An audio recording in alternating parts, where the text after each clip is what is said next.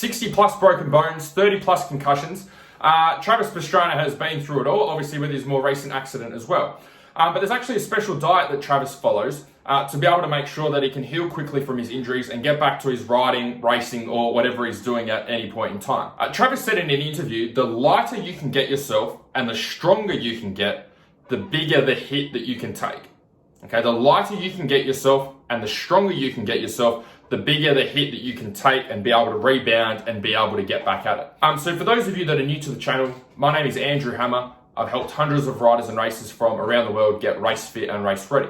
So when it comes to Travis Pastrana's diet and using this to be able to recover from his injuries, I've got a small list here of an average day for Travis. For breakfast, he has a smoothie and oatmeal. He has protein bars for snacks, which are sprinkled throughout the day. He's then got a tuna sandwich for lunch, and then could be something like pasta and chicken for dinner.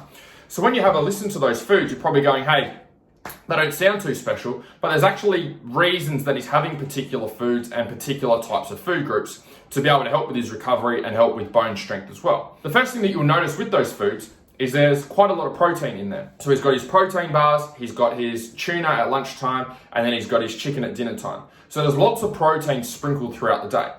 Now, the reason that protein is so important is, yes, it helps you to maintain muscle mass, which helps you to protect your body. But the other thing that protein does is also helps to keep your bones strong. 50% of the mass of your bones is actually made up of protein. So yes, calcium is important, but Travis isn't downing liters and liters of milk every day. It's quite high in protein to help his bones be able to maintain optimal levels of strength and to be able to recover from accidents as well.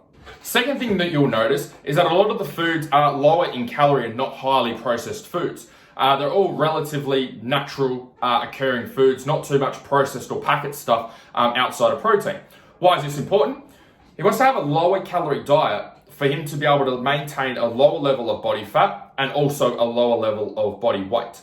So like he was saying at the start in this interview, is that if he can keep his body weight lighter, then his body is able to take higher levels of impact. So if he weighs 100 kilos and he's going into the floor, in comparison to being 70 kilos and going into the floor, 100 kilos is probably going to hurt a bit more because he's got a bit more weight behind him, forcing him into the floor.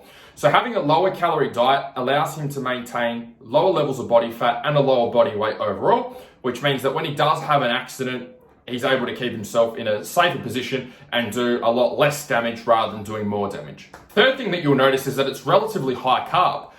So he's got a serving of oats there for breakfast. He's got the bread that goes with his sandwich at lunchtime, and he's also got pasta at nighttime for dinner.